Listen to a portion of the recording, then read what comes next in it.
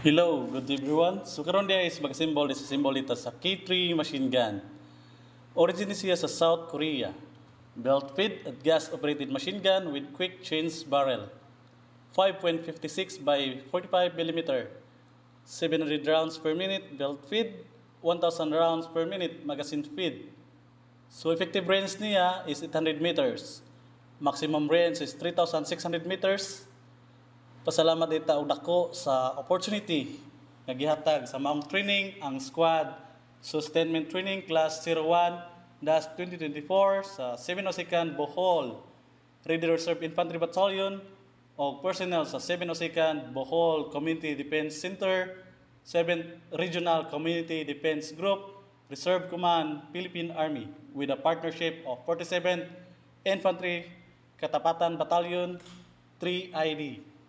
Thank you so much sa experience na mga reservist para sa dugang kaalam ug unsaon siya pagbungkag o pagbalik. Nindot kayo og naagid mi na learn sa maong training para sa advance nga panguna-una para sa pag-andam sa pagdepensa sa atong nasod sa bisan unsang banta. Karon naata sa part sa pag-symbol. So katong unang gikuha nato is mao to siya'y maulahi. Unya katong ulahi nga gikuha is mao sa tuy atong unang ibalik. So careful lang ta sa pag-uli o pagbalik kay sensitive sad ni basin dili mamao pagbalik.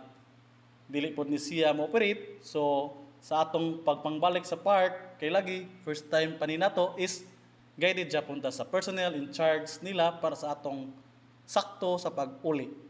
Best experience kaayo ni nako kay at least nakasulay ta sa kung unsaon siya pag bungkag og pagbalik. Medyo challenge sad ni nako kay sa akong mga na-learn is gusto sad nako i-share sa akong mga tinudluan pohon.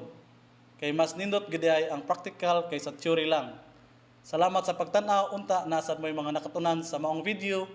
I'm so proud as a member of Laang Kawal and be one of us. Please support, follow and share sa atong page for more informative videos. Thank you and mabuhay.